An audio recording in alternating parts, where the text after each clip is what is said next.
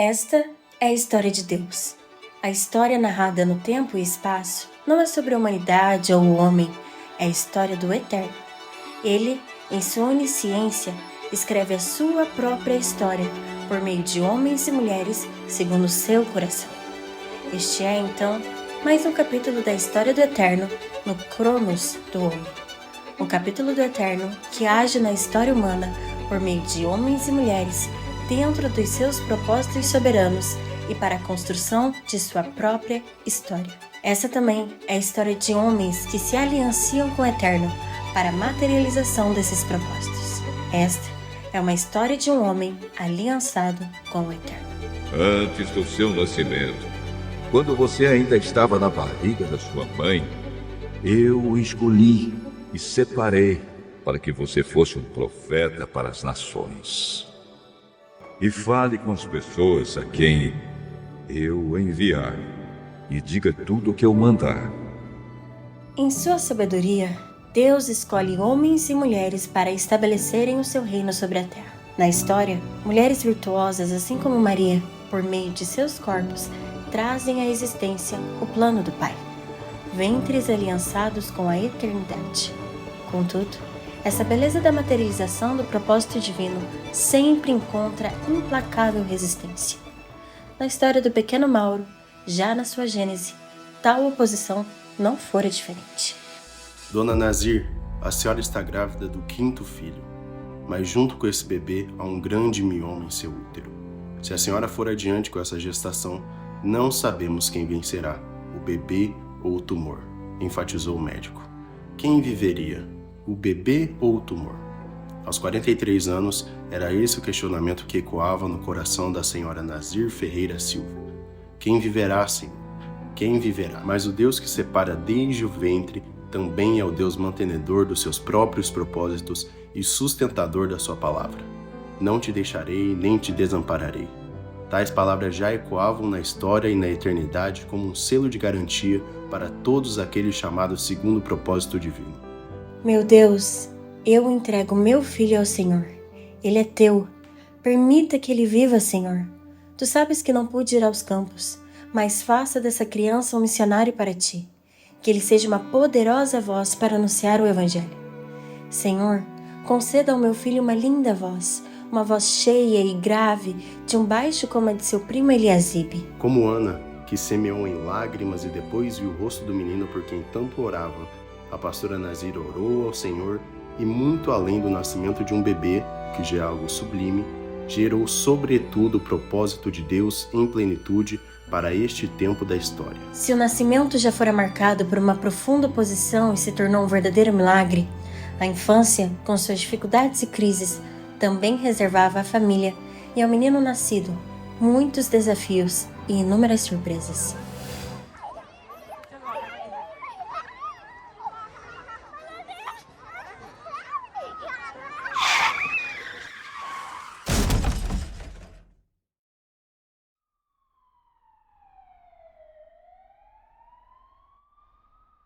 Com um pouco mais de 1 ano de idade, o pequeno Milagre é atropelado por um carro enquanto brincava na rua. Nos braços da mãe, desacordado, é levado para o hospital. Mais uma vez, as forças do presente século desafiavam os propósitos eternos e com total fúria a eles se opunham. Mas essa é uma história de Deus.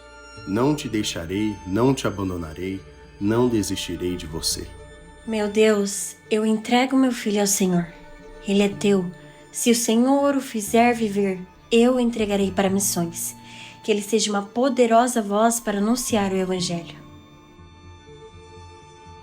Menino, eu não acredito que de novo estou sendo chamada na escola por conta das coisas que você apronta. Vá já para o seu quarto, exclamou a mãe do menino. Se as crises externas se avolumaram já na infância, não foram poucas as batalhas interiores que levaram Maurinho até os pés da cruz. Senhor, me ajude a vencer. Eu não quero ser assim, mas eu não consigo mudar. Meu Deus, por favor, me ajude.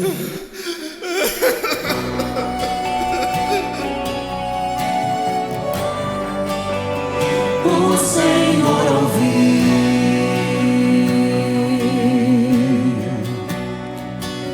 e a nuvem da sua glória desceu.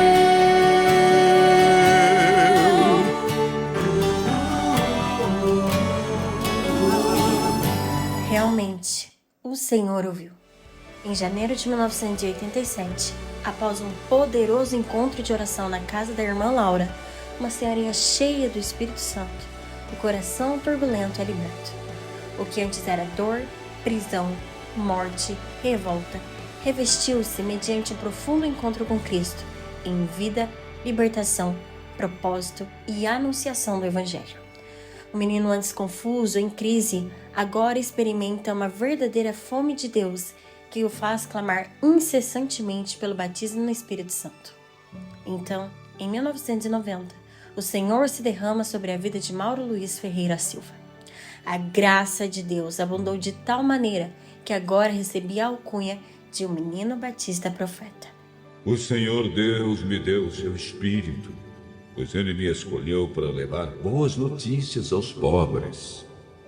Ele me enviou para animar os aflitos, para anunciar a libertação aos escravos e a liberdade para os que estão na prisão. Meu Deus, eu entrego meu filho ao Senhor. Ele é teu. Se o Senhor o fizer viver, eu o entregarei para missões. Que ele seja uma poderosa voz para anunciar o Evangelho.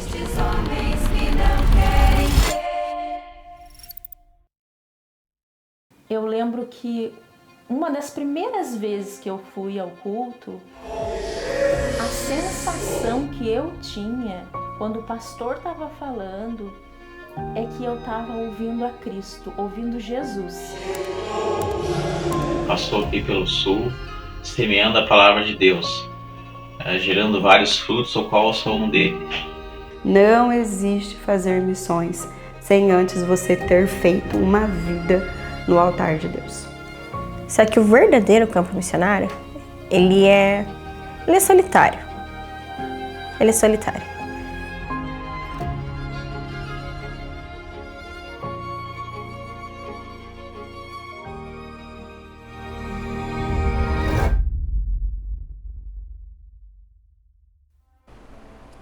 Eu tinha terminado minha primeira faculdade de Ciências Contábeis no Rio de Janeiro, em 96.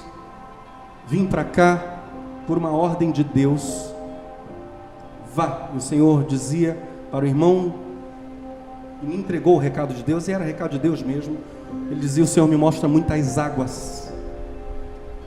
O Espírito Santo vai se mover com muitas águas lá no Mato Grosso do Sul. O Senhor quer que você vá. Eu disse: então eu vou. Eu poderia ficar com meus irmãos no Rio de Janeiro, ou poderia vir para cá acompanhando meus pais que assumiram a direção da igreja em 96. E o Senhor me disse para eu vir. E eu vim. Oi, Dora! Onde você está, Dora? Aonde você está? Onde você está, Dora? Cadê? Ah, você deu um sorriso para as câmeras? Você deu? A Maria aqui toda borrada do batom da tela. São dos dois lados ainda, Maria. Que judiaria, não salva um. Ótimo. E você, minha pequena, teve aula hoje? Teve? Acabei de chegar. Acabou de chegar. O que foi? O que foi? O que você quer ver? Eu conheci quando ele veio para cá, para posse do meu sogro, que meu sogro foi assumir a igreja. Se não me engano, foi em 96 que ele veio para cá. Não, foi em 96 que ele veio para cá.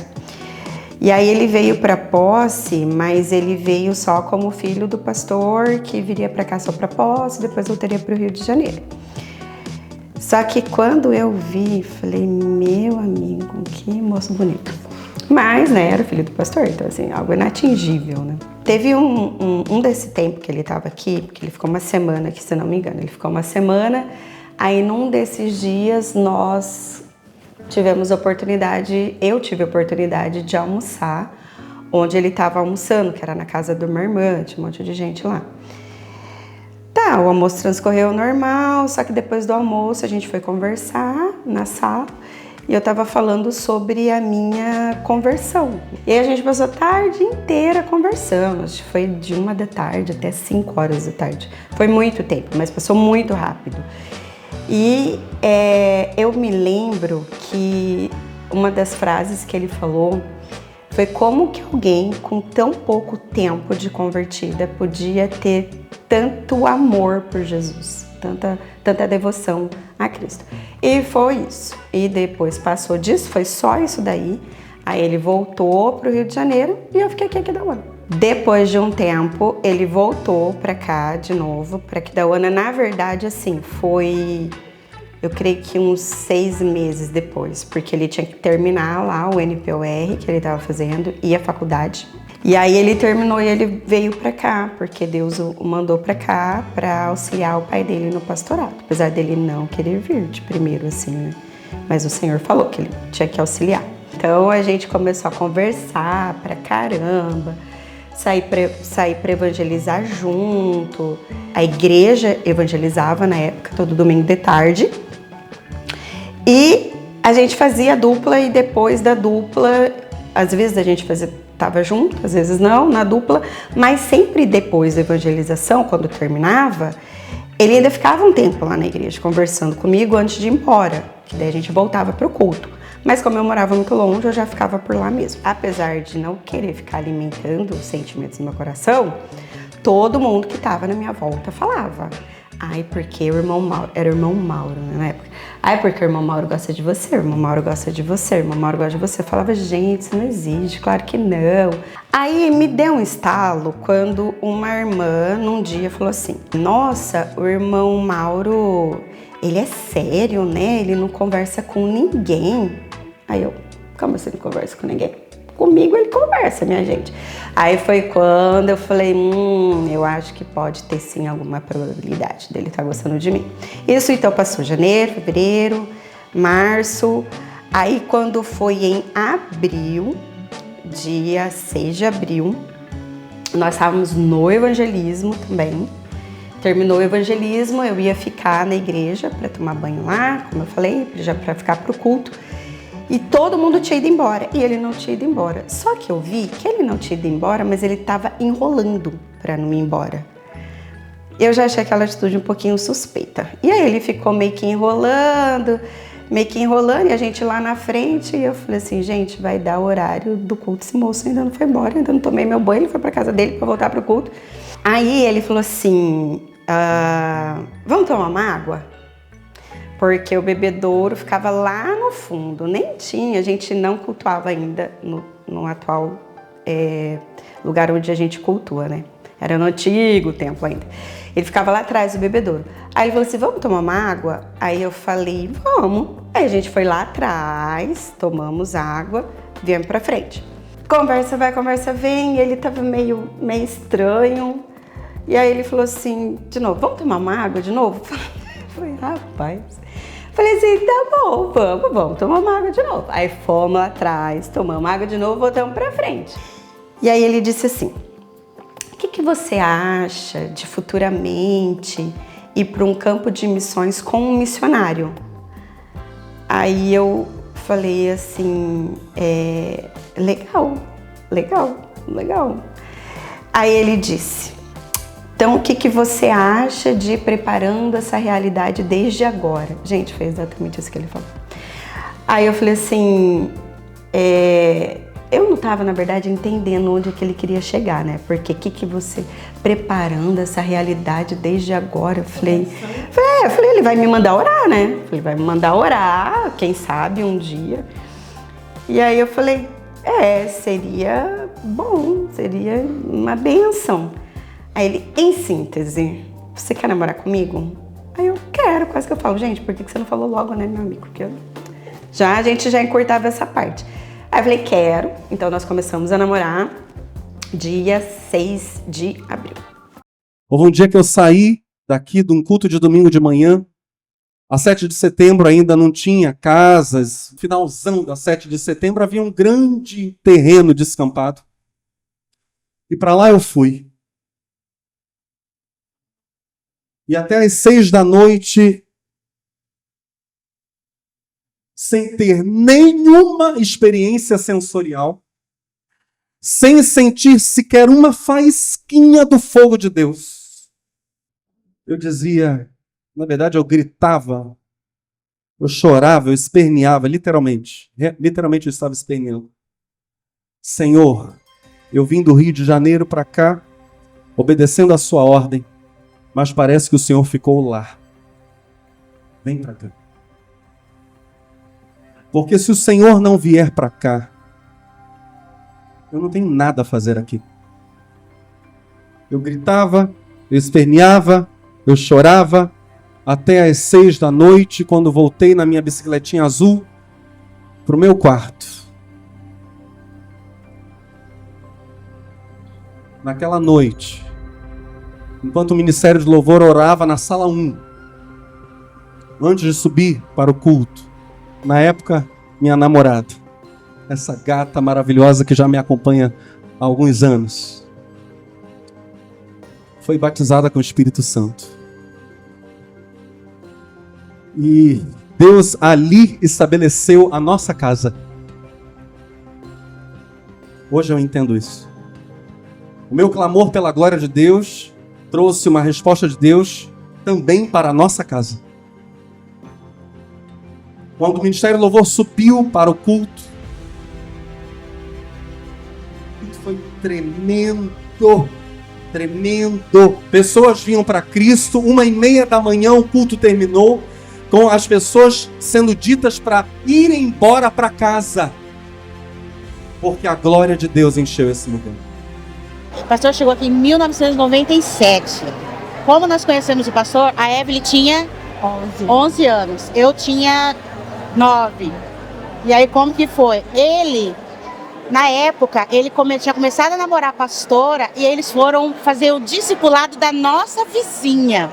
Do lado da casa. Do lado da nossa casa. Aí, o que me atraiu para aquela conversa, para o pastor, foi o seguinte: eu escutei uma canção que ele cantou. A terra era sem forma e vazia, o Espírito do nosso Deus se movia sobre a face das águas. E aquilo me chamou a atenção e eu comecei a sondar na balaústra ali, né? Aí ele me chamou, falou, vem. E eu comecei a participar. E ele fazia o evangelismo, ele e a pastora. Na época eles eram namorados, faziam o evangelismo com a nossa vizinha. Só que a nossa vizinha não se converteu, mas eu e a Evelyn, nós nos convertemos naquela época. Eu lembro até hoje a imagem, ele estacionava os petinhos, a gente ficava embaixo do pé de manga. Pé de manga. Pé de manga enorme. E lá a gente ouvia a palavra de Deus. Quando ele chegou do Rio de Janeiro, o primeiro lugar que ele foi fazer evangelismo foi na nossa vizinha, lá no Guarani. Então nós duas somos as primeiras ovelhas do pastor aqui. De casa em casa, bairro por bairro, ele e sua namorada anunciavam as boas novas. Gente simples, tocada por uma fé viva. Vidas transformadas, batismos mês após mês e um discipulado que crescia mais rápido do que podiam acompanhar. A igreja, antes morna, renascia. Em 1997, ele é consagrado evangelista. No ano seguinte, sela aliança com sua parceira de missão, agora também esposa. Parecia o auge, mas Mauro nunca se esqueceu da palavra que o havia marcado anos antes. Você irá para o sul. Ele não sabia quando nem como, só sabia que quando a nuvem se movesse, ele seguiria, porque essa era apenas a primeira estação.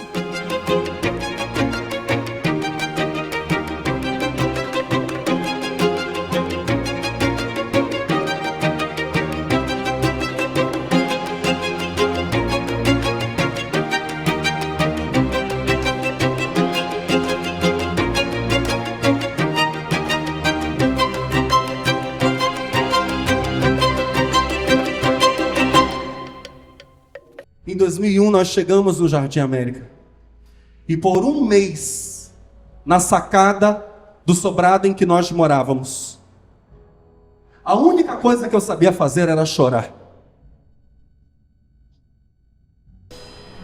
Eu chorava.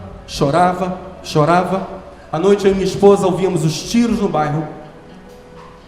Eu estava com a minha biblinha no chão, olhando para o bairro, não sentindo uma gotinha da glória de Deus, nada. Dessa vez, 2001, parecia que o Espírito Santo tinha ficado aqui em Aquidauana. E nós tínhamos ido para o sul, o Senhor tinha ficado aqui, e em meio àquela escuridão espessa, por um mês nós clamamos ao Senhor dizendo, vem pra cá. Sua glória ficou em Aquidauana. Vem pra cá, Senhor. Depois de um mês, o Espírito Santo veio sobre mim ali. O Senhor veio sobre a igreja. Nós começamos um trabalho de evangelização na parte mais perigosa do bairro. Eu já ia em uma igreja, né? Só que, assim, eu só ia na igreja. Não tinha tido ainda um encontro com Cristo mesmo. E um dia eu ia chegando na minha casa e estava tendo um culto na esquina de casa. Era um culto, assim, um culto ao ar livre. Algumas pessoas, né, louvando ao Senhor, ministrando ali a palavra. E eu fiquei assim impressionada com aquilo dali. Para mim foi impactante porque ninguém entrava naquele lugar. Eram 2 ruas no Jardim América, né? Que assim nem a polícia não entrava. Fui o primeiro pastor da história do bairro a entrar onde nenhuma igreja entrava, porque você entrava vestido e saía só com roupa íntima, roubavam tudo por causa do crack.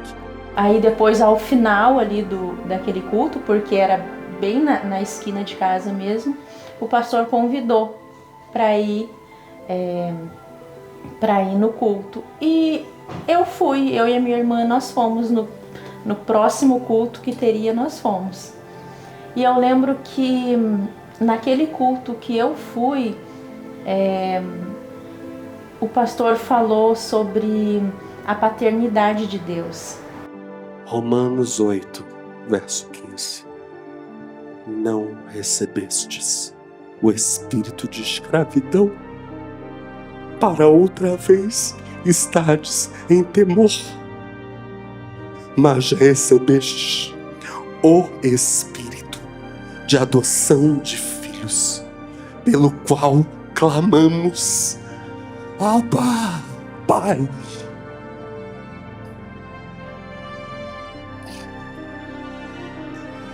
Aquilo que estava restrito a Cristo,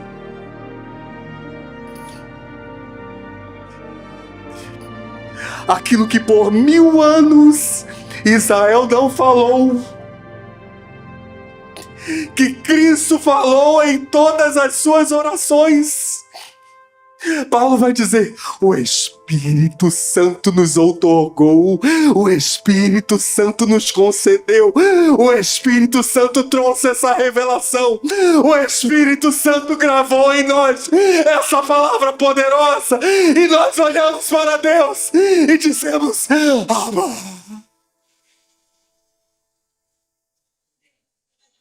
E era algo que eu nunca tinha ouvido falar. Eu conhecia assim Deus, alguém muito distante, né? Mas eu nem imaginava que nós poderíamos ter uma intimidade tal com o Senhor, de chamá-lo de Pai. Então assim para mim foi muito impactante. E tudo começou, eu posso dizer assim, tudo começou naquele culto evangelístico ali na esquina da minha casa. Deus nos fez entrar lá, a igreja entrou lá.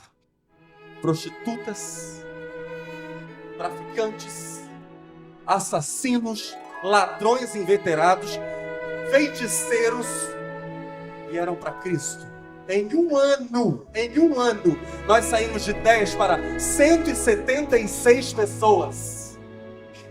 Porque Jesus Cristo entrou no Jardim América. E uma coisa interessante também que eu lembro que o pastor, ele pegava a bicicletinha dele e andava o Jardim América inteiro, visitando os irmãos, né? Indo nas casas. Então, assim, cuidando realmente, né?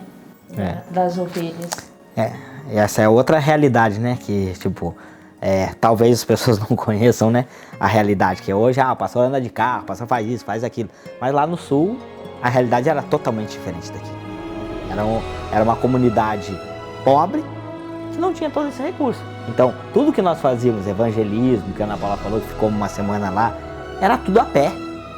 Então, equipamento carregava a pé, tudo que ia fazer, não tinha tempo ruim. Então, o pastor andava de bicicleta, quando não andava de bicicleta, a pastora inúmeras vezes carregando a Vitória, o Gabriel, depois o Nicolas, no carrinho chovendo, indo pro culto, não era a chuva que deixava eles em casa. Então a gente viu isso, não é algo, hoje em dia é fácil, o pastor tem carro, o pastor tem isso, tem aquilo, não, mas lá era outra realidade. Então, tipo assim, realmente ele abraçava a causa lá e hoje ainda abraça, né? Mas essa é a realidade, essa diferença de realmente abraçar a causa. Eu comecei a fazer parte do ministério, né, da igreja. Tudo que tinha eu participava. Então, eu participava do louvor, comecei no louvor, tinha dança, eu estava na dança, tinha teatro com a pastora, eu estava no teatro. No evangelismo, no domingo tinha culto de manhã, aí à tarde nós tínhamos evangelismo e à noite tinha culto de novo. Então, assim, o domingo inteirinho eu passava na igreja. Eu lembro, na época a gente não tinha carro. Eu pegava o ônibus com meu pai e eu lembro de uma vez que, como a gente trabalhava o dia todo na igreja, meus pais trabalhavam o dia todo na igreja, a gente pegou o ônibus e o papai dormiu no ônibus. E a gente perdeu o ponto para descer. E eu não queria incomodar, acordar o papai que estava dormindo. E aí depois o papai viu que a gente tinha passado o ponto, puxou a cordinha, né? E daí a gente desceu, mas a gente perdeu o ponto porque o papai dormiu no ônibus de tão cansado de trabalhar o dia todo na igreja. Campo missionário é você ir amar as pessoas e fazer tudo o que for necessário para levar essas pessoas ao conhecimento da verdade. Então, é você pregar na rua, é você pregar nos presídios, no caso do meu marido, né? É você pregar em praças, é você fazer evento quando o Senhor manda que era para fazer um evento público, é você pastorear as pessoas, é você discipular todas essas pessoas. Então, nós não tínhamos um corpo, quando chegamos lá, não tínhamos um corpo de discipuladores, tínhamos líderes de célula. Então, você vai evangelizar, você vai batizar e você vai discipular. E você vai pregar para essas pessoas e você vai acompanhar essas pessoas nos cultos. É você dirigir o culto e você dirigir o louvor. É você limpar a igreja e você subir lá no altar depois para dirigir o culto. Enquanto dirige o culto, então as crianças foram envolvidas nessa realidade. É dirigir o culto, é cuidar da caixinha do ofertório, é limpar a igreja, é abrir a igreja. Eu lembro uma vez que acho que foi um ensaio. Ela dava teatro e dança, né? Eu fiz parte dos dois, então não sei qual que era. Sei que era no ensaio que eu cheguei lá e ela tava varrendo o tempo para poder ensaiar. Tipo assim, ela é pastora auxiliar. Bem capaz que alguém vai, nos dias de hoje, né, vai varrer. Mas pra ela, normal, tranquilo. Algo que, ficou sujo, vamos limpar, vamos fazer o que precisa ser feito, né? Então é um exemplo, né? Então trabalhávamos muito mesmo, pra caramba, por amor, por querer ver as pessoas se convertendo, as pessoas confessando a Cristo como Senhor. E também a realidade de missões é você orar muito, jejuar muito, se consagrar muito, chorar muito, ter muita devoção, muita entrega em todos os processos. Não existe fazer missões sem antes você ter feito uma vida no altar de Deus. Para um homem exercer bem esse chamado, ele precisa de uma boa mulher ao lado. Porque senão, meu Deus do céu, ela já tinha, nas dores do pastorado, ela já tinha desistido. A pastora é uma mulher incrível, né? Ela foi assim uma bênção, na verdade, né? junto com o pastor, porque ela abraçou a causa junto com o pastor, né? Muitas vezes, né, a pastora viu o pastor arriscar a vida, literalmente, né? Arriscar a vida para servir outras pessoas, né? Então, assim, não é para qualquer uma, não é para qualquer uma. Sempre apoiando o pastor em tudo, sempre indo, vamos dizer assim, fazendo a obra independente das circunstâncias. E nunca foi uma pessoa que deu contra. Tipo assim, por mais que dissesse assim, eu tô no meu direito, mas não, tô no meu direito, mas o reino de Deus em primeiro lugar. Aconteceu uma determinada coisa, o pastor teve que ir socorrer a família. Era alguma festa comemorativa deles, né? No dia em que nós completamos 5 anos de casados. Era aniversário de casamento. Aniversário de casamento. Foi quando o menino morreu esfaqueado, lembra? Eu não lembro se foi o menino. O pastor teve que ir com não lembro se era. Com aquele pistoleiro no lugar lá que tinha que costurar o menino. Um menino, um rapaz de 16 anos, que recebeu 27 facadas e morreu, evidentemente. Em quem você conseguia enfiar a mão aqui, você conseguia enfiar a mão fechada, tamanhas crateras de carne que foi tirada a facada do corpo daquele rapaz. 27 de março de 2004. No necrotério, quem teve que segurar o cadáver do rapaz para que o pessoal da funerária costurasse o corpo para poder pôr dentro do caixão, porque jorrava sangue para todo lado, fui eu. O pastor foi como pastor. E lá, de fato, a pastora não se opôs a essa realidade, assim, mas é o nosso aniversário de casamento, é algo muito importante. Simplesmente aceitou, ele foi, era algo importante, e realmente algo super importante, porque o irmão Tertuliano, né, com o pastor, tipo assim, o pastor auxiliou ele, ficou com ele lá, então algo de transformação também, abrindo um parênteses aqui, algo de transformação dele, porque ele perdoou os responsáveis pela morte do filho, e ele era pistoleiro, ele perdoou. Então, a realidade de Cristo, Deus entregou uma palavra para ele, e ele aceitou e perdoou os homens e não revidou. Então a gente vê que essa realidade, né, quando o casamento, né, o pastor e a pastora andam em sintonia, como os frutos eles vêm. Em 2001, quando aconteceu o ataque às Torres Gêmeas em Nova York, para muitos foi um ano ou até mesmo um dia de desespero. Muitos falavam sobre o fim do mundo, e para mim tudo era novo. Eu lembro que, vendo aquilo acontecendo, eu tinha uma curiosidade de saber o que Deus falava sobre o assunto. E comecei a pesquisar, já estava nos primeiros dias onde eu começava a ir aos cultos. E não demorou muito tempo. No dia 23 de setembro, eu abri meu coração para o Senhor.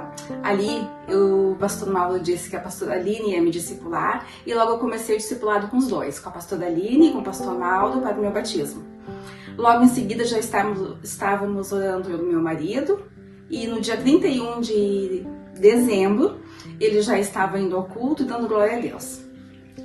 Então, assim, nós só temos a agradecer ao Senhor, né, o Senhor Jesus, pela obra que o Senhor fez através da sua vida em nossas vidas, porque um dia um homem saiu do Mato Grosso, veio para o sul, e aqui, né, resgatar as ovelhas perdidas do Senhor. Nós vivíamos um casamento de 7 anos infelizes, cheio de brigas, e eu muito mal-humorada, cheio de revoltas, né? E hoje nós podemos desfrutar de um casamento abençoado, 31 anos, com filhos abençoados, graças a Deus. Mas porque um dia alguém se dispôs a sair da sua zona de conforto e vir em busca daqueles que estavam perdidos. Pastor Mauro, queremos agradecer ao Senhor e à sua família por ser uma bênção nas nossas vidas, por abençoar a nossa casa, a nossa família. E por, através da sua vida, nós podemos conhecer o Senhor Jesus. E ainda hoje caminhar com Ele, e não vemos outra coisa diferente, né? Caminhar longe do Senhor. Poderia aqui lembrar de tantas coisas que foram impactantes na minha vida através da sua, mas 2 delas foram impactantes, sobrenatural na minha vida. Uma delas foi no comecinho, lá naquele retiro, naquela oração à tarde, na cabana, onde ali a presença do Senhor, ó Deus, veio sobre as nossas vidas ali naquele lugar. Fui impactado para aquele lugar, saí diferente daquele lugar. E depois foi aceitar Jesus lá na sua casa, no sobrado, que também foi algo sobrenatural, algo impactante na minha vida. E eu quero agradecer a sua vida por conhecer de fato o Senhor Deus.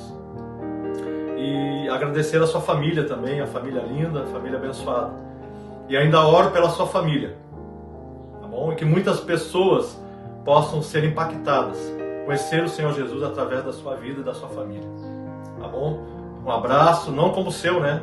O seu abraço é diferente, tá bom? E um beijo, amamos vocês. 25 anos de pastoreado não são 25 dias, né? Jubileu de prata.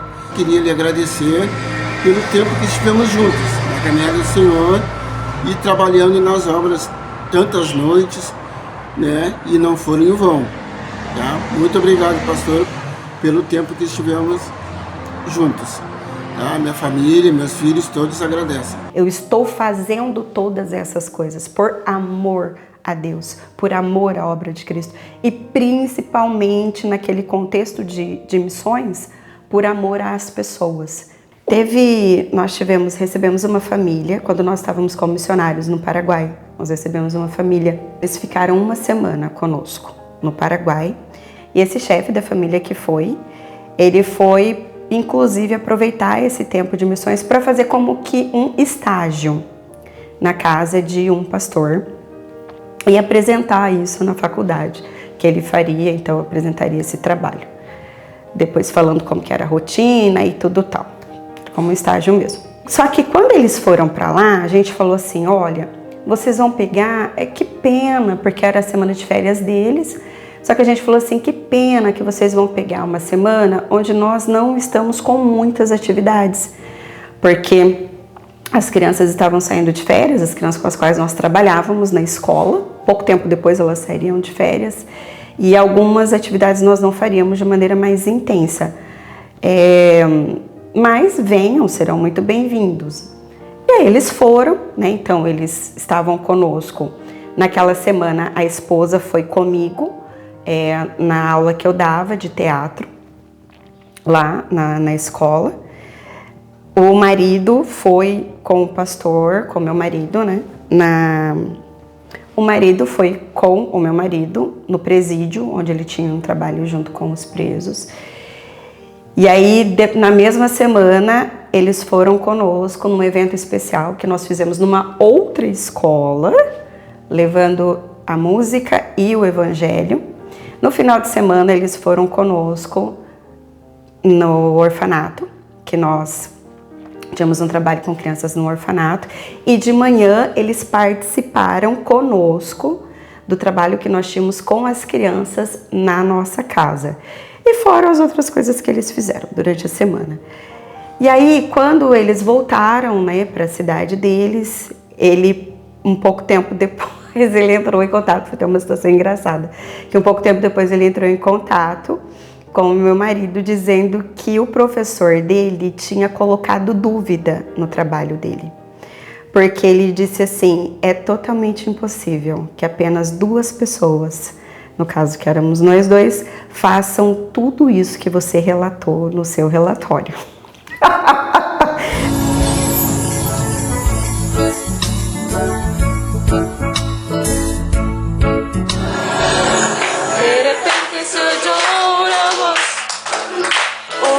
Como trueno soy yo, alza luz dijo Dios, el silencio acabó, día y noche todo comenzó.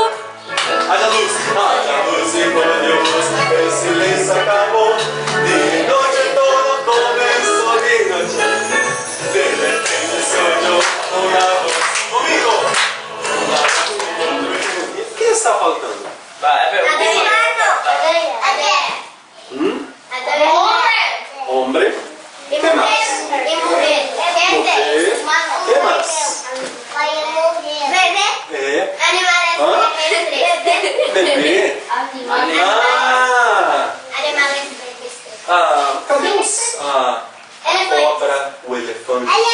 O cachorro. Ah, o perro. Onde estão eles?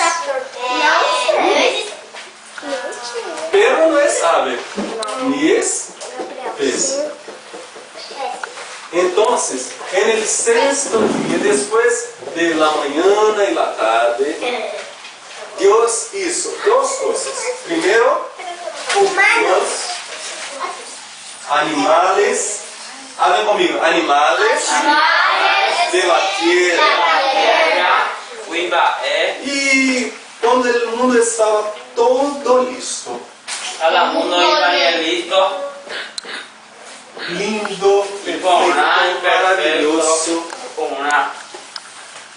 con los animales, que es este, por ejemplo, tortuga, una tortuga muy valiente. Brincadeira. Primeiro juego. Vocês vão ter que pegar cada uma bola. E vão ter que abrir as pernas, todo mundo. Ok? Agora vem um pouquinho mais pra frente. Passa mais espaço aí. Isso, pode vir mais.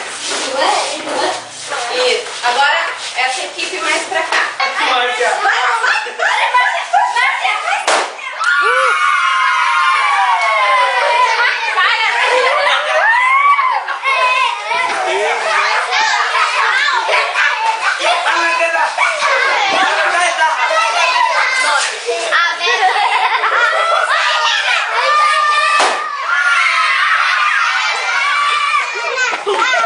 Pies juntos. Pies juntos. Pies juntos, Julio. Não, é junto. Sí, muy bien, muy bien. Pies juntos. Aqui, ó. Aqui. Isso. Pode vir.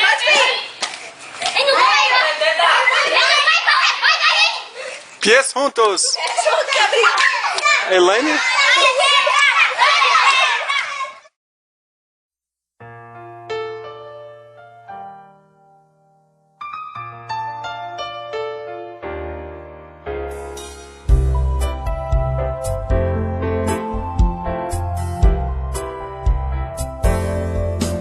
Nossa terra, linda terra, muito boa pra viver, muito boa pra semear.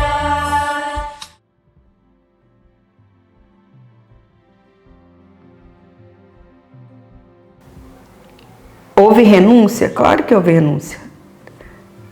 Deixar os familiares. No caso, quando a gente foi para a segunda vez para o Rio Grande do Sul, deixar minhas crianças no Paraguai, que era o que eu não queria, deixar minhas crianças no Paraguai. Mas em todos esses momentos eu tinha a plena certeza. Nós estamos indo porque o Senhor está nos guiando. Deus disse para o meu marido, Deus falou com ele. Nós estamos no centro da vontade de Deus, cumprindo o que o Senhor ordenou.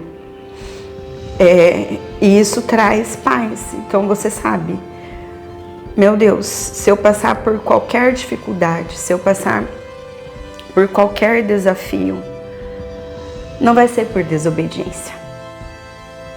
Não vai ser porque eu tô indo pro interior da baleia que nem Jonas, porque eu tô fugindo da vontade de Deus. Não, foi porque o Senhor designou isso para esse momento. Então, de alguma maneira, o nome de Cristo vai ser glorificado. 2 vezes o Rio Grande do Sul teve a oportunidade de conhecer um homem de Deus. Foram 8 anos nesse campo missionário. 2 anos o Paraguai teve a oportunidade de ouvir a mensagem do Senhor. Agora, finaliza-se o tempo fora das terras aquidauanenses. O que será que o Senhor teria preparado para a cidade de Aquidauana e Anastácio?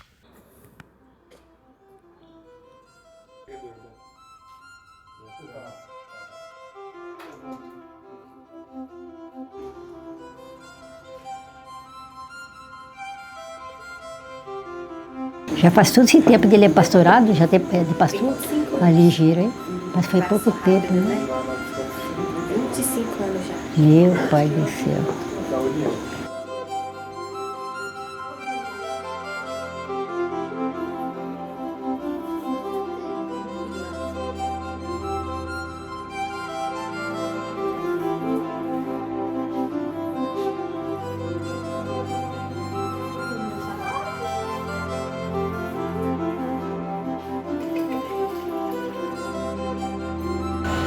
Há quanto tempo a senhora é membro da igreja?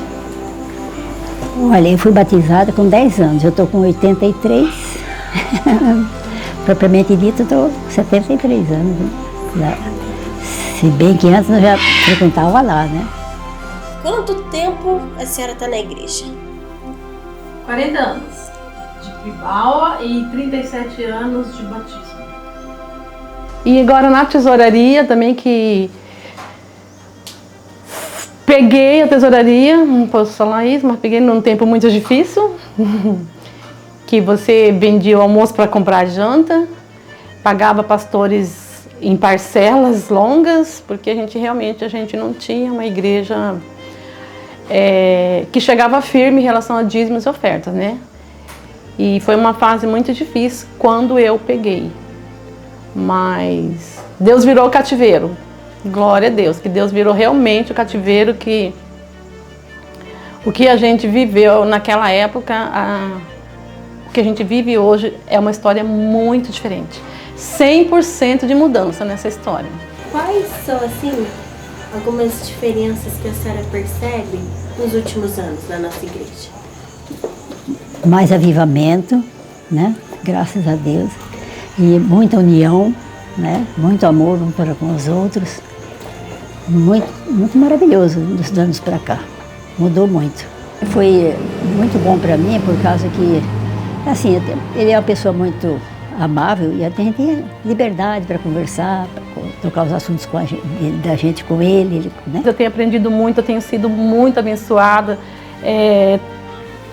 tanto no emocional, no meu espiritual, eu tenho crescido muito com o Senhor. As madrugadas com o Senhor é muito bom, entendeu?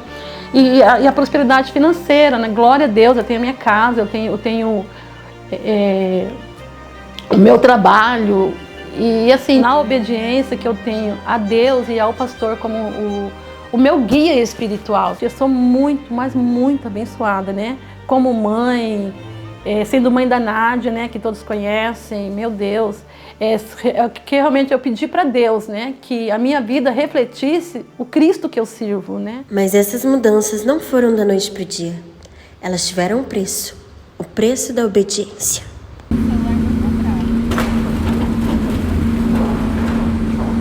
Aquilo ali parece uma mão, gente.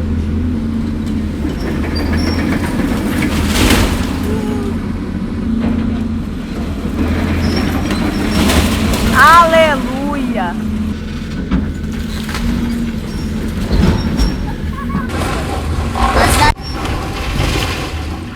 Olha, por incrível que pareça, o dia que eu cheguei lá, a primeira vez que eu vi o templo todo desmanchado lá da igreja, demolido, na hora me deu sei lá, um ataque de choro que seu pai ainda falou, vem aqui, Malice, fomos lá para uma sala, né? Aí ele conversou bastante comigo, tudo, né? Porque eu não estava preparada, sabe? Aí quando eu cheguei que eu vi aquilo, para mim foi um choque, porque quantos anos com aquele templo, né? Naquele templo antigo lá. E então, quer dizer que eu levei aquele choque, na hora eu comecei a chorar, não parava mais, não me controlava. Aí o pastor orou lá na sala com a gente, né, conversou bastante, contou a história, como que, né, aí, graças a Deus, eu senti aquele alívio. Quase nem cheguei perto, só que a poeira, né, a poeira foi tão maldita realmente, né, que no inalar eu perdi totalmente a voz. Eu perdi a voz, eu não saía de jeito nenhum. Aí na segunda-feira, no meu serviço, né, fomos procurar o doutor. Eu não tinha nada na garganta, nada, e a voz não saía. Então a gente viu que realmente foi algo espiritual, né, porque ali estava realmente derrubando um monumento dedicado a um ídolo, né, que realmente não era templo do Senhor, ofertado ao Senhor. Então começou aí A experiência que eu tive bem marcante na minha vida foi isso. Eu perdi totalmente a voz, não saía a voz, né? Mas depois orando, o pastor e eu, a gente viu que realmente era algo que Satanás tinha feito, né? Como tem sido ver a construção do novo templo? Ai, meu Deus, que alegria. Eu não vejo a hora de ficar pronta. Sempre eu falo para sua mãe, não vejo a hora de aprontar. Apesar de muitos impedimentos, tá aí lindo, maravilhoso, né? Um templo realmente, um templo dedicado ao Senhor, porque nós não tínhamos um templo, né? E que privilégio é nós, né? Levantarmos um templo ao Senhor, né? Porque é uma coisa que uma vez na vida vai ser feito isso, né? Então nós saímos de um templo, né? Dedicado a ídolo, a deuses, que não realmente não é o Deus verdadeiro, e passamos por uma etapa de derrubada, de retirada de entulhos, né? De sempre a gente orando ali, fazendo culto, reunião de oração, né? Na semana de oração. E realmente sempre dedicando ao Senhor. E levantando, né? Tijolo por tijolo. E hoje está nessa realidade, né? Um templo que realmente nosso Deus merece, né? O templo é grande, sim, porque o nosso Deus é grande, né? Então, quanto mais bonito ficar, é melhor, porque Deus se agrada. E vai ficar muito bonito. Não, está muito bonito, né? Não vai ficar. E realmente eu não vejo a hora de chegar o momento de inauguração, né? Meu Deus. Os princípios que regem a vida do meu marido até hoje, sempre regeram durante esses 25 anos. Primeiro mesmo, ele ama a Jesus sobre todas as coisas. Todas as coisas. Todas as coisas. Ele não ama nada nem ninguém mais do que ele ama Jesus. E ele zela por esse amor. Ele cuida desse amor. Eu nunca tinha visto uma igreja que trata com tanta importância assim a comunhão, a família em Cristo. E é nítido isso, sabe? As pessoas demonstram o tempo inteiro, o tempo todo elas estão te presenteando, surpreende você com alguma coisa que você precisa. Ou até mesmo uma conversa simples assim, você sempre tira proveito de alguma coisa, sempre é ensinado em alguma coisa. Eu já tive vários momentos assim, que eu conversei com uma pessoa aleatória assim, que eu nunca pensei que ia conversar, e essa pessoa me ensinou alguma coisa que no momento eu estava em dúvida. E eu tenho aprendido também a amar de verdade os meus irmãos e a também contribuir para essa família. 2016, eu lembro que eu estava trabalhando na JBS. Aconteceu uma situação na minha família assim, que a gente não esperava. Um tio meu foi preso por um crime que ele não cometeu e o crime era gravíssimo. Ele poderia ser morto na cadeia. Meu tio me ligou, eu estava no serviço pedindo socorro e eu não sabia o que eu ia fazer, porque na ocasião o meu pai estava ausente. E aí eu peguei a minha moto e fui desesperada, liguei, pedi para falar com o pastor e cheguei lá na casa dele desesperada. E aí o pastor, ele não pilota e ele estava sem o carro na hora. Mas ele tinha um capacete, ele falou: filha, eu vou com você na delegacia. E aí ele botou o capacete que ele tinha em casa e eu fui pilotando e ele foi segurando, porque ele é super alto, ele é bem mais alto que eu. E ele foi segurando e eu, depois que a situação passou, eu falei: meu Deus, ele me ama demais e ele é muito corajoso, porque eu naquela bis preta, eu parecia uma louquinha. O pessoal daqui da igreja que me conhece há muito tempo sabe que eu na moto era igual uma doidinha, né?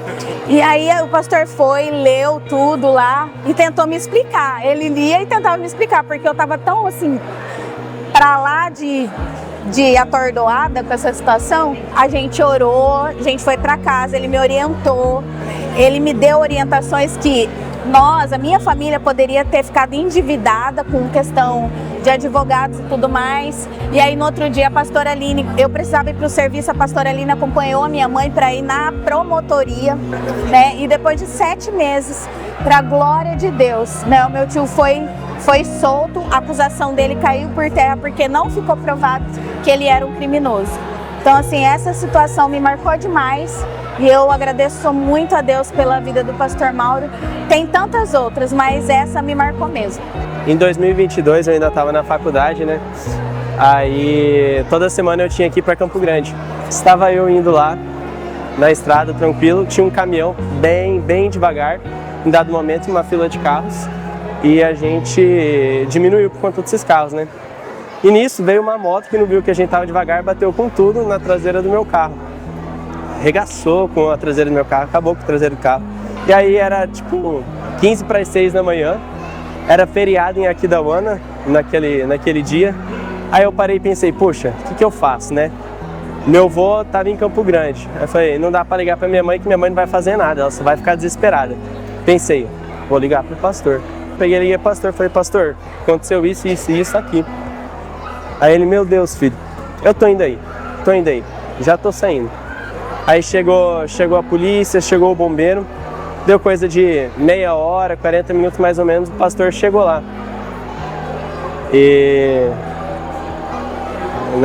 estava lá sozinho, embarcando essa situação, e a presença do pastor ali foi muito importante, porque para dar esse apoio, esse amparo, né? E ele veio me acompanhando até Aquidauana de novo, até minha casa, chegou em casa, acalmou minha mãe, que já fazia umas 2 ou 3 horas que eu tinha saído e não tinha dado notícia. Minha mãe também estava desesperada, e ele foi lá, acalmou minha mãe e deu todo o suporte pra gente. Foram momentos bem complicados. E ali foi um momento em que eu vi claramente, um dos momentos, né, em que eu pude perceber, vivenciar na prática, né, o cuidado de Deus mesmo através da vida do pastor. Né? Eu perdi meu pai quando eu tinha 12 anos, era uma criancinha, ele faleceu. Recentemente, acho que uns 2, 3 anos atrás, eu ainda fazia parte do coro. A gente veio aqui para o ensaio no sábado à tarde e choveu muito. Ele já caiu um toró. Quem fazia parte do coro, quem sabe ser parte desse dia. Choveu pra caramba e o pastor, ao final, começou a baldear a gente para levar embora para casa. Aí eu lembro que ele me deu carona e nessa carona foi só nós dois no carro e a gente conversando. O pastor daquele jeito todo pai dele. E especialmente nesse dia, eu havia me entristecido demais por saudade do meu pai. Eu acordei com muita falta do meu pai, eu já havia chorado muito e orado muito ao Senhor. E minha oração para o Senhor era que Ele se revelasse como pai para mim naquele dia. E daí, no caminho, o pastor foi conversando comigo e ele entrou no corredor que dá lá para casa, parou na porta e falou: filha, nosso papai cuida muito bem da gente. E aquilo ali me quebrou. E aí ele me deu aquele abraço de pai, eu desci, fui pra minha casa e ele não sabia o que tinha acontecido pra mim. Deus me mostrou que eu tenho uma família e Ele me deu um pai na vida do nosso pastor. No dia 3 de julho de 2018, um dia antes do falecimento do Marco Antônio, o Senhor tinha falado comigo audivelmente que eu não entendi no dia, né? Ele falou pra mim, ele não é seu, ele é meu. E eu não entendi no dia. E se passou o dia, no dia seguinte, quando ele teve a primeira parada cardíaca, eu liguei pro pastor e eu falei: pai, ele parou. Aí o pastor falou pra mim: amém, filha, vamos orar. E eu desliguei o telefone e fui orar, como ele havia conversado comigo. 1h15 depois a médica veio comunicando o óbito.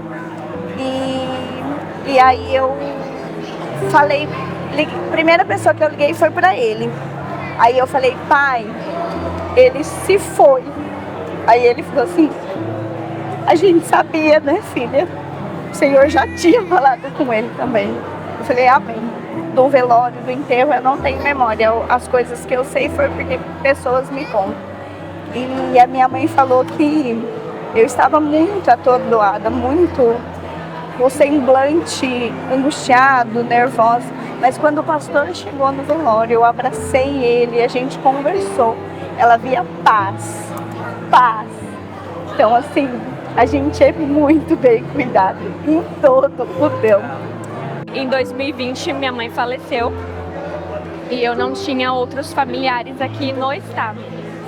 E aí, assim que eu liguei para ele para informar da morte, ele falou: filha, você vai vir para casa, você não tá sozinho. E aí eu fiquei na casa dele durante 7 meses, sendo que na casa dele já tinha 6 pessoas, ele ainda me recebeu com todo o amor, com toda a paciência. Fiquei lá por todo esse tempo, até que o meu pai, que estava morando em outro estado, viesse para morar comigo. Foi um momento bem difícil, mas não foi um momento que eu atravessei sozinha. Eu sou muito grata, porque se todo o meu processo de luto foi elaborado de uma maneira saudável, foi graças ao pastor. Eu cresci tendo meu pai presente, mas somente a presença dele. Ele não desempenhava o papel de pai.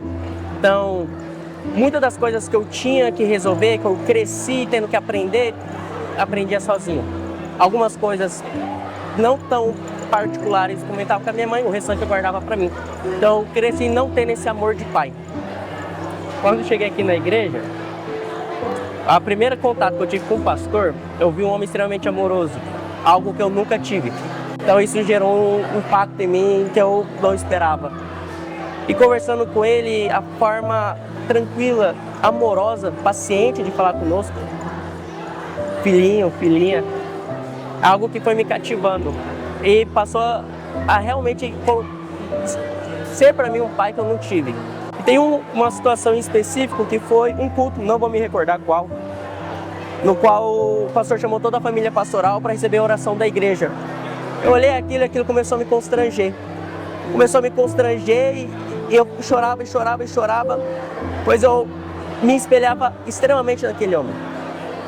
Eu olhava para ele e falava: Senhor, dá-me uma família como o Senhor deu ao teu servo. Mas primeiro, me dê o coração que o Senhor deu a ele. Recentemente, há umas 2 semanas ou 3, eu tive a imensa alegria de poder contar para ele que ele vai ser vovô, quando ele é assim, meu. Impagável. Como eu falo para ele, ele é um pastor para mim, né? É um pastor. E eu sempre falo nos aniversários do pastor, eu sempre digo para ele que, para mim, ele é um sândalo. Né? Sândalo é aquela árvore que você pode bater, o machado vem, e naquele machado ela deixa uma seiva. Né? E o pastor para mim é isso, né? Porque o pastorado não é fácil, né? Mas assim, se for preciso cajadada, ele vai dar na Gi, como eu já levei. Né? Mas é uma cajadada com amor, né? Mas é muito bom ser pastoreada pelo pastor. E eu já falei para ele, o dia que eu não for ovelha, por favor, pode me bater com aquele cajado enorme, né? Porque o desejo do meu coração realmente é sempre ser ovelha. Estimado pastor Mauro, pastor, mestre e doutor em teologia, eu estou muito contente, muito agradecido pela oportunidade de participar desse movimento de homenagens pelo jubileu de 25 anos de seu ministério pastoral. Que trajetória linda, rica, sublime e abençoada essa de estar a serviço da palavra de Deus durante tanto tempo, anunciando com palavras e ações a mensagem de paz, da graça e da salvação que nos vem em Jesus Cristo. Tive o privilégio de conhecer o irmão pastor Mauro e interagir com ele durante o processo de estudos de pós-graduação, mestrado, doutorado, na Faculdade Zeste, aqui em São Leopoldo, no Rio Grande do Sul. Cultivo muitas boas lembranças desse tempo e sou testemunha da grandiosidade do pastor Mauro enquanto estudante, pesquisador e escritor. Seus trabalhos sempre se destacaram pela qualidade e pela profundidade. Deus seja louvado pela sua capacidade intelectual, pela sua inteligência, pela clareza e pela consistência de seus pensamentos e seus argumentos teológicos. Por tudo isso, não poderia deixar de prestar minha homenagem também em nome da Faculdade Zeste e expressar aqui o meu reconhecimento, a minha admiração e a minha gratidão por essa linda trajetória percorrida. Acima de tudo, não poderia deixar de expressar a minha gratidão a Deus pela pessoa que você é e pela sua caminhada como servo fiel de Deus. Resta dizer que oro a Deus suplicando que lhe conceda uma continuação abençoada do seu ministério. Que Ele o oriente e ilumine sempre, e que você seja muito feliz ao lado de sua querida família e junto à sua igreja. Um grande abraço e que Deus o abençoe ricamente. Olá, bom dia. Sou Karen Vondrasek, como vocês veem, estou falando do Rio Grande do Sul, onde está muito frio. Conheci o pastor Mauro na biblioteca da Este.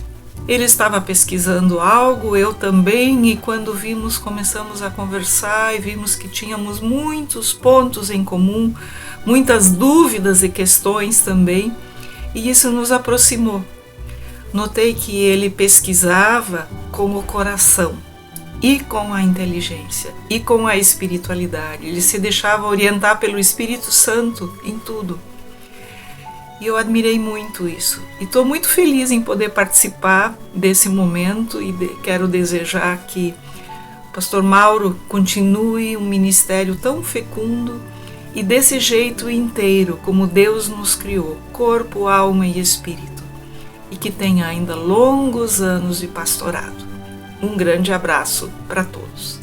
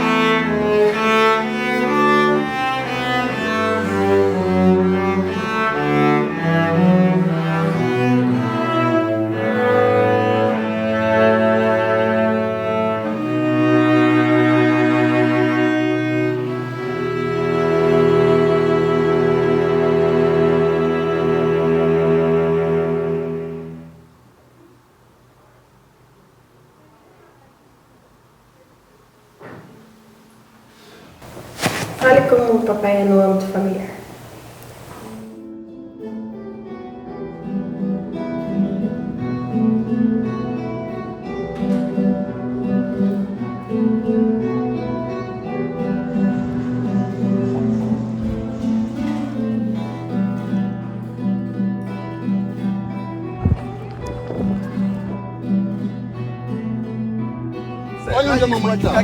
Ela está sentada. Onde a gente pode ficar em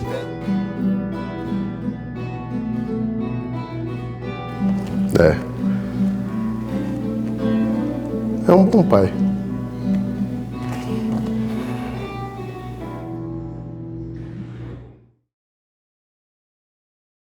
Quando foi que você percebeu que seu pai era pastor? Qual foi uma das primeiras memórias assim que você percebeu a profissão de seu pai? Eu acho que foi no Rio Grande do Sul, quando a gente estava lá em casa e tinha uma sala separada, era aberto, e a gente tampou como se fosse uma cortina, porque ia ter culto lá dentro de casa. Acho que essa é a primeira memória que eu tenho dele como pastor. Há muito tempo atrás, não vou lembrar especificamente não. Houveram alguns momentos em que foi mais claro, principalmente nos momentos que ele saía para fazer algum atendimento, ou que alguém ia lá em casa, ou quando de fato a gente estava na igreja.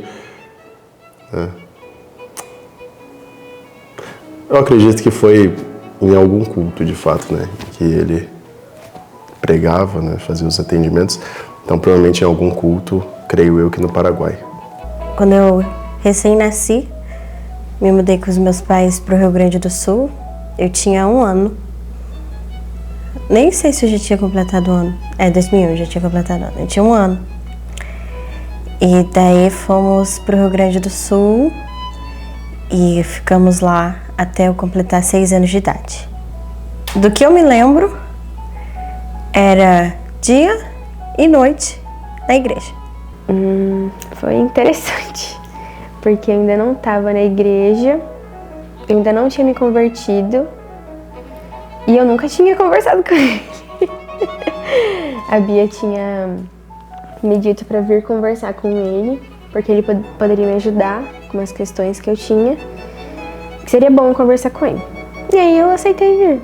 Tendo um pai pastor é uma coisa muito diferente, não é estranho, é diferente, porque você vê seu pai orando e pessoas sendo curadas, você vê seu pai ministrando e pessoas sendo libertas. Então, o impacto é muito grande, porque você tem dentro da sua casa um exemplo de pastor e de cristão, primeiramente. Então, eu acho que influencia demais. Porque você vê o tamanho da fé dele, te inspira a ter mais fé, porque é muito extraordinário. É muito mais fácil que eu encontre resposta a perguntas que outras pessoas, no que diz respeito à fé, né? Outras pessoas teriam esses questionamentos, mas não encontrariam uma resposta concreta, uma resposta séria, uma resposta realmente vinda do Senhor em outra realidade, né? A minha realidade nesse aspecto de desenvolvimento da fé, de desenvolvimento como cristão, é muito mais fácil, muito mais propício que eu cresça espiritualmente, né? Então, com certeza a influência é total, é diária, né? Principalmente no dia a dia, né? Ver que o meu pai realmente age de forma concordante ao que ele prega, ao que ele é em todos os lugares, testifica de que o evangelho vivido da forma que é para ser vivido e sendo praticado da forma que é para ser praticado, realmente tem efeitos reais no dia a dia. Sempre teve aquela sincronia entre a fala e a atitude.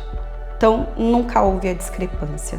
Ao mesmo tempo que ele falava que ele amava as pessoas, que ele se dedicava pelas pessoas, que ele tinha o desejo que as pessoas se salvassem, eu via ele agonizando pelas pessoas. Então, era um amor que eu nunca tinha visto na minha vida.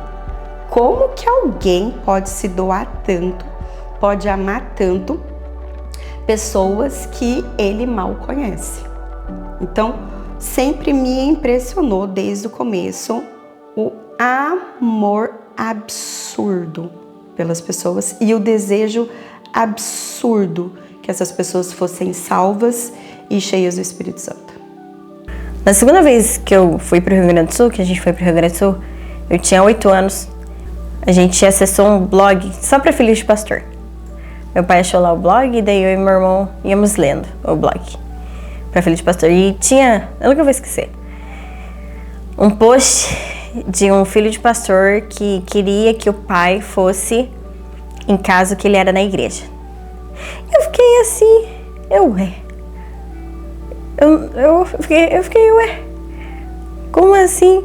Porque o meu pai sempre foi em casa que era na igreja, então eu fiquei, caramba, coitado, eu fiquei com pena, porque é uma realidade que nunca foi a minha, nunca foi a nossa, de ter alguém diferente. Nunca vivi essa realidade, Como um ímpio vivendo dentro de um lar de um pai cristão de verdade, um pai pastor, você é confrontado mesmo que indiretamente, diariamente, né? Então, as minhas más ações, aquilo que eu sei que eu pratico de errado, diariamente era confrontado até pela presença do meu pai, né? Pela presença da minha mãe, né? Então, nunca houve um momento em que eu estive confortável nas práticas ruins que eu tinha. Papai teve um impacto absurdo, muito, muito grande para eu me converter, porque mesmo eu estando na igreja, estando crescido na igreja, eu não era salvo. E papai sabia disso. E papai orava por mim. E essa oração nele mostrava ainda mais o amor que ele tinha como pai e como pastor.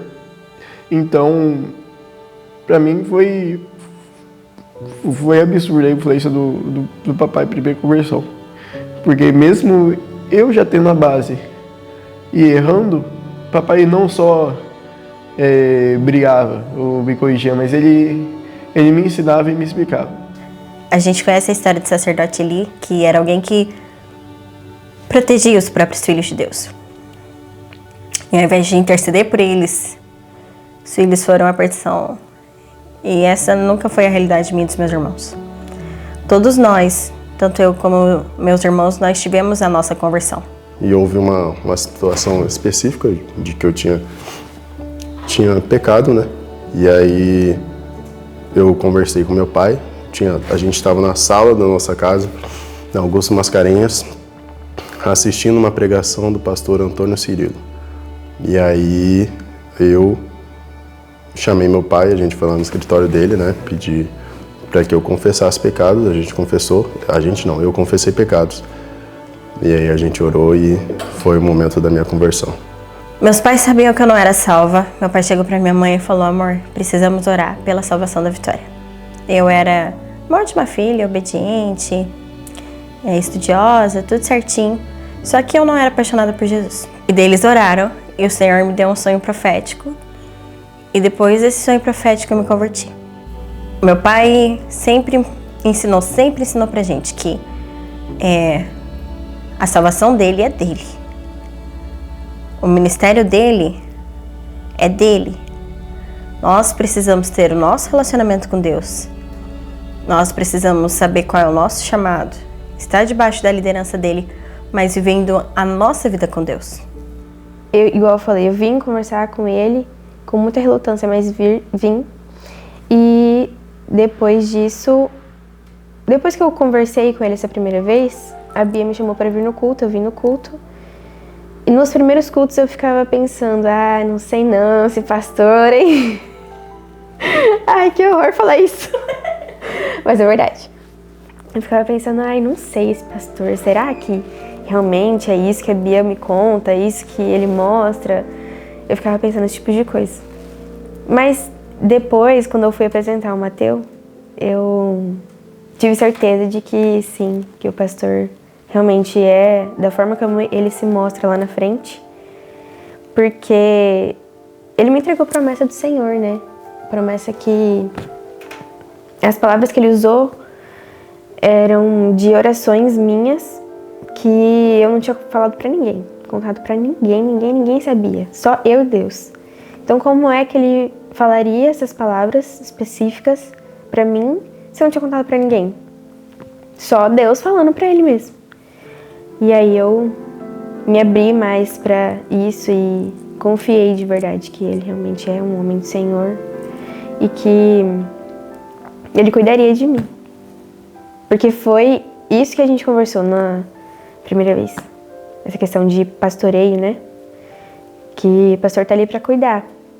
E você acaba tendo a certeza, os meus filhos podem ter muito bem a certeza, de numa era que a gente está vivendo tão terrível, de muitos escândalos, muita coisa ruim acontecendo no meio cristão, eles têm a certeza e têm a referência de que não precisa ser assim. É possível não ser assim. É possível você guardar a fé. Ao longo de 25 anos, é possível você não negociar a sua fé, você não negociar o Evangelho, você não baratear o Evangelho, você não precisar deixar o Evangelho palatável.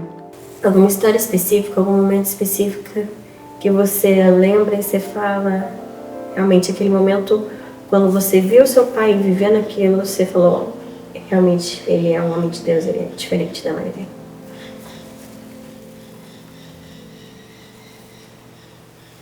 Não dá para citar.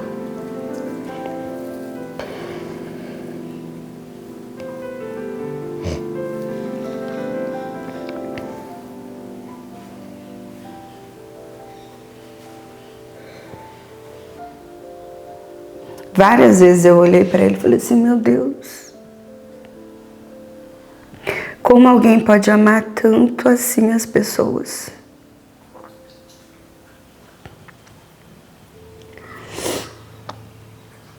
Cada vez que ele orava por alguém, cada vez que ele intercedia por uma família, sempre foram as dores dele, e é assim até hoje. Todas as dores que são levadas a ele são as dores dele. Só que quando você ouve, você percebe que ninguém chega nesse nível sem muitas penas, sem muita dor, sem muita cruz. Para chegar nesse nível, ele teve que carregar muita cruz. Papai, no que ele pode estar presente, e papai sempre está em tudo. Até em, por exemplo, o jogo meu ele já foi assistir, mesmo tendo as coisas dele para resolver. Mas as vezes que ele estava ausente por causa do ministério são várias. É um fardo que o Senhor dá e você cumpre a missão, mas o pastorado te priva de várias coisas. E uma delas, sem dúvida, é o tempo com a sua família.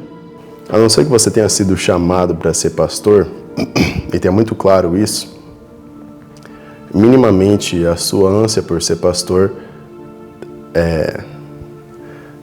carrega um pouco de ignorância quanto ao que a função carrega, né? Eu também não sou pastor, né? Mas o meu contato com o que é ser pastor, por ser filho de pastor, logicamente, é muito mais real do que uma pessoa que simplesmente quer ser pastor. Pastora, não sei.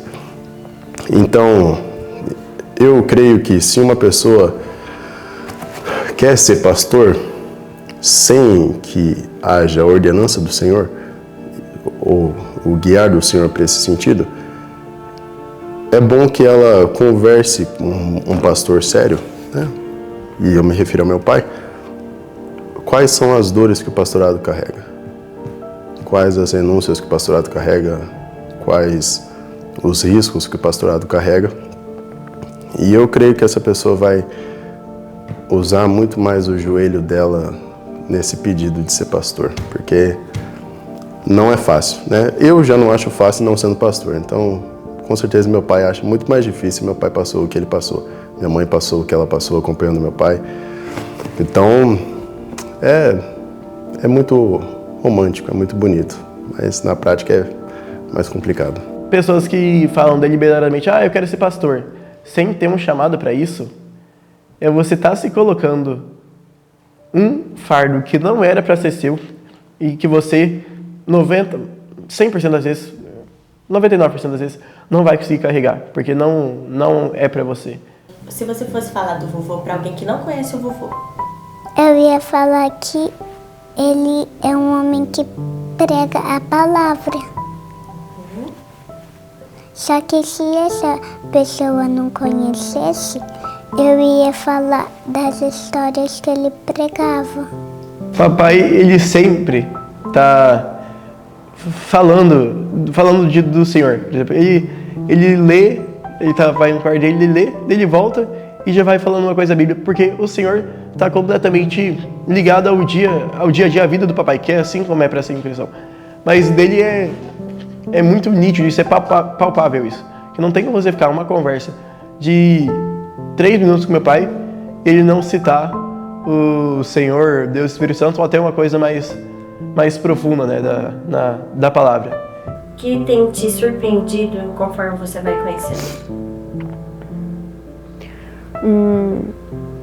Eu acho que a maior, assim, claro, né? Fora o relacionamento do pastor com o Senhor, que é uma coisa surreal. Nunca vi um relacionamento tão íntimo assim. Mas, assim, no cotidiano, com a pastora. Nossa, muito diferente. Muito respeito e muito amor. Mútuo, os dois, né? E é algo que não é forçado. É natural, eles são assim. O relacionamento do meu pai e da minha mãe sempre foi um modelo para mim, né? Tanto no que esperar de uma esposa, quanto em como agir, né? Assim que eu encontrasse a mulher com a qual vou me casar, a Yasmin, no caso. Então, ser um bom parceiro, um bom namorado, um bom noivo, que eu sou atualmente, e posteriormente um bom marido, sempre foram coisas muito fáceis de serem espelhadas, de serem praticadas, né? No que diz respeito a conjugal, de forma conjugal, né? Sempre foi um exemplo muito bom para mim, né?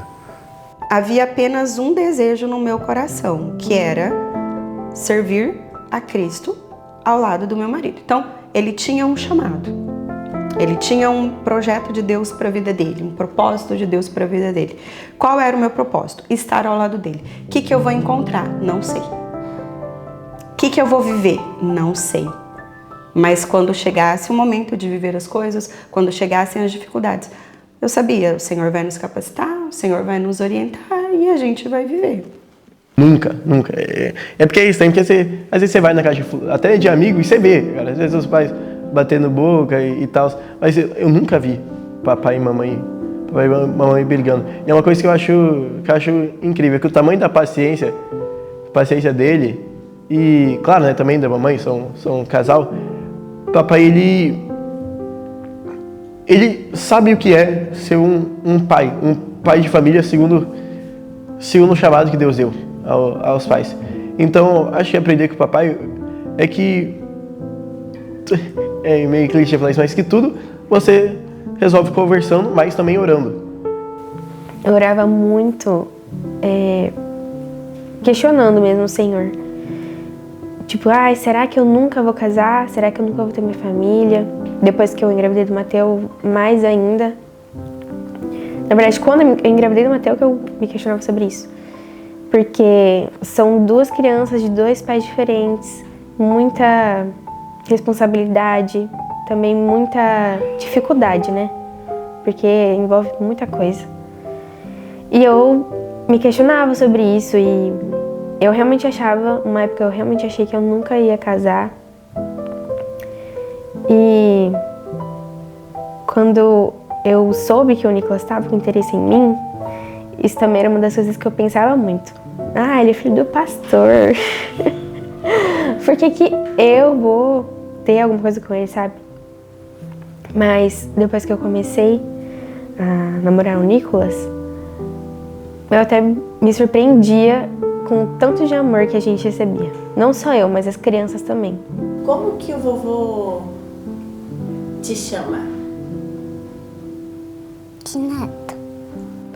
O Mateus, Maria, sempre foram tratados realmente como netos, como sobrinhos, como filhos. E eu também como filha. Em todo momento foi um acolhimento, realmente assim, de toda a família, todo mundo. O que você mais gosta no vovô Mauro? Ele brinca comigo. A gente brinca de pega-pega e de bola. Ele é um homem amoroso, porque ele sempre faz as coisas comigo. Meu marido, como pai, ele é o sonho de consumo. Gente, ele é o sonho de consumo. Primeiro, ele é o sonho de consumo de toda gestante. Porque o cuidado... Olha, ele sempre me tratou de uma maneira fora da curva. Sempre mesmo, o cuidado, a proteção, o carinho. Eu grávida, 2 vezes esse cuidado. Então, gente, ele não deixava eu carregar, sei lá, um grampo, um prendedor de cabelo, nada.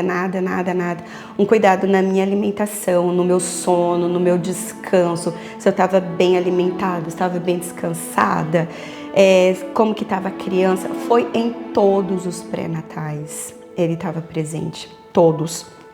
Aí no parto ele estava presente também.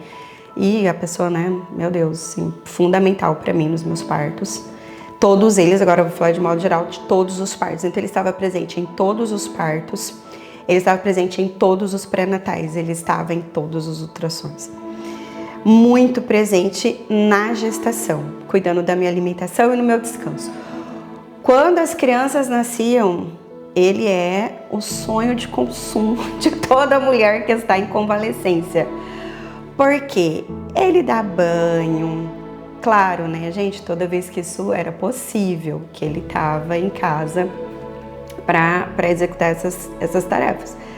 Quando não era possível, quando estava só eu, mas sempre que era possível para ele dava banho, ele dava papinha, ele ficava com as crianças para fazer alguma outra coisa. Inclusive, o pessoal fala muito, né, de eu gostar de atividade física, mas o pessoal não sabe que ele foi fundamental desde o começo. Quando era à noite, desde a minha primeira gestação, a Vitória estava com 6 meses, já 6, 7 meses, porque ela já comia papinha. E aí eu falei que eu queria fazer alguma atividade física, que eu sentia falta disso. Ele falou assim, não, vai que eu fico com a Vitória. Então eu ia 3 vezes na semana, à noite, para fazer a hidroginástica, por causa do tempo de recuperação ainda, e ele ficava com a Vitória. Ele é um pai presente, não apenas o pai provedor, né? Porque alguns filhos sofrem com isso, com pais que têm a ideia de que ser provedor é suficiente, mas não é suficiente, a gente sabe disso. Então, ele sempre fez questão, intencional, então havia intencionalidade nas ações, de estar presente na vida das crianças, em todas as fases e em todas as áreas. Então, todos eles sabem que poderiam contar com ele em qualquer fase da vida, poderiam se abrir para ele em qualquer área da vida, que ele estaria receptivo a eles. Mesmo sabendo que o meu pai tinha muitos afazeres, muitas preocupações, muita coisa para gerir, ele sempre se importou com as coisas pequenas. Quando eu era criança lá no Rio Grande do Sul, não existia ainda celular, era orelhão. E daí o meu pai, eu tinha uma coleção de cartões de orelhão. Eu gostava muito de colecionar. E eram pastas e pastas de cartões de orelhão. E toda vez que acabava um cartão de orelhão, meu pai me dava. Eu perdi essa coleção em uma das inúmeras mudanças.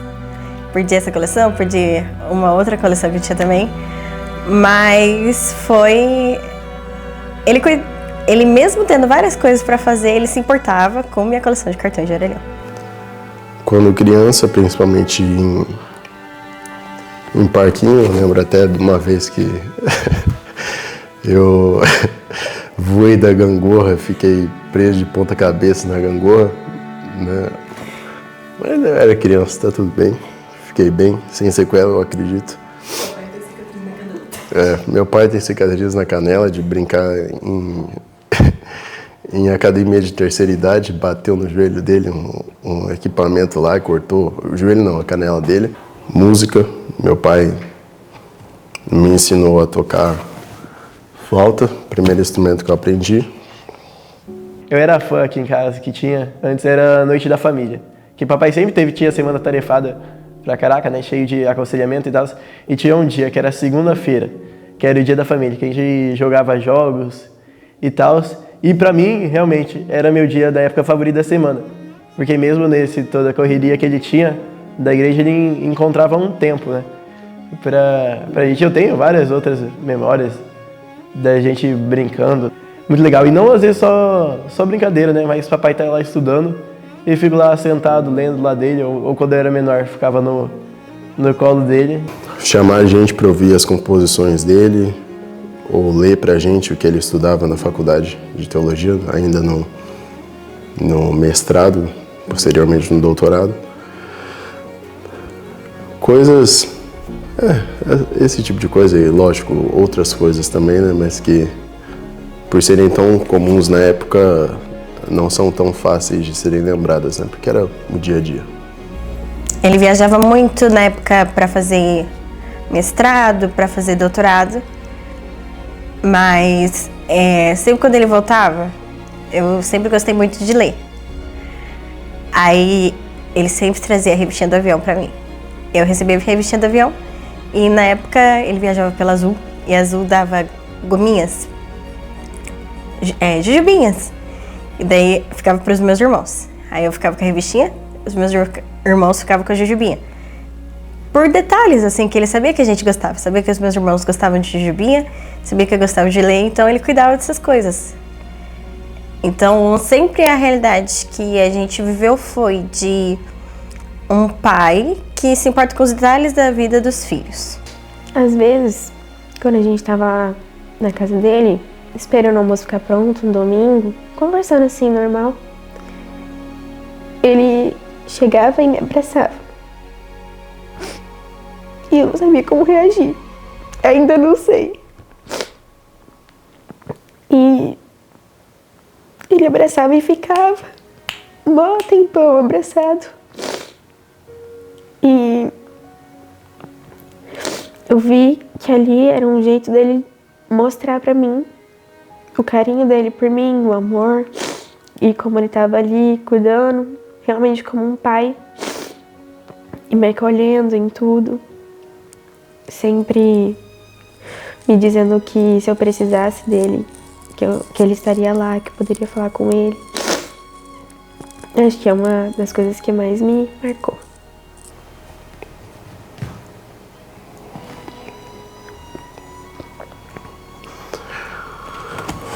Falando de forma bem resumida, meu pai é aquilo que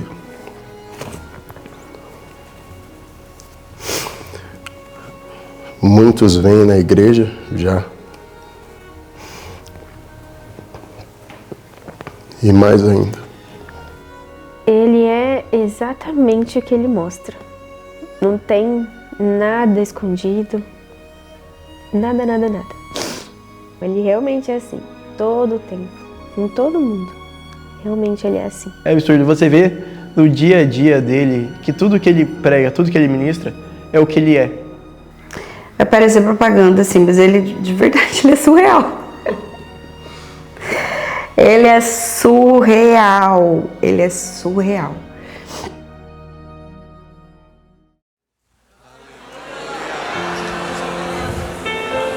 Aleluia. Deus se importa com a nossa dor. Ele é sensível à nossa dor. Glória a Ti, ó Deus.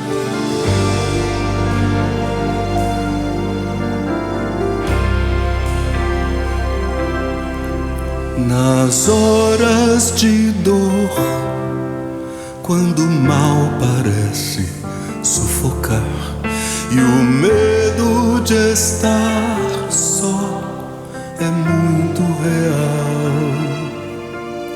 Nós olhamos para trás e vemos que alguém se importou, pois no mar agitado nosso barco ainda está a navegar. Nas horas de dor, quando o mal parece sufocar e o medo de estar só é muito real,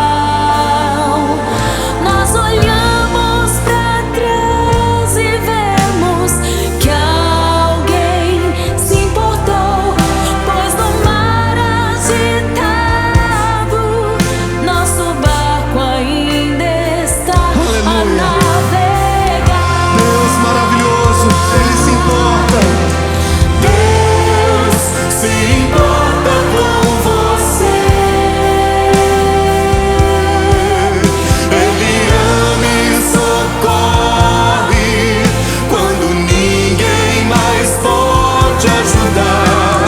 Deus deu seu filho pra te ver perdoado e vencedor.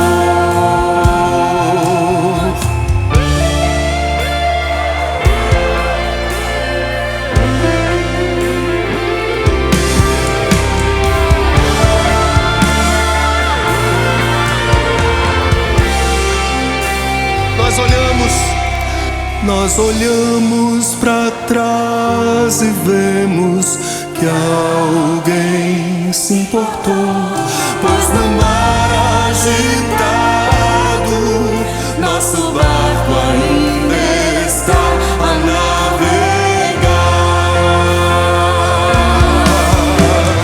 Deus se importa com você. Ele ama e socorre quando ninguém mais pode ajudar. Deus deu seu filho pra te ver perdoado e vencedor. Aleluia! Oh, Deus se importa.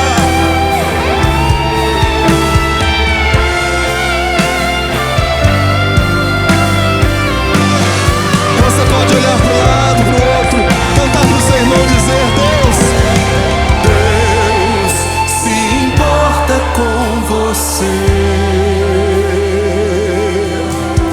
Ele ama e socorre quando ninguém mais pode ajudar. Deus deu seu filho pra te ver perdoado e vencedor. Perdoado e vencedor.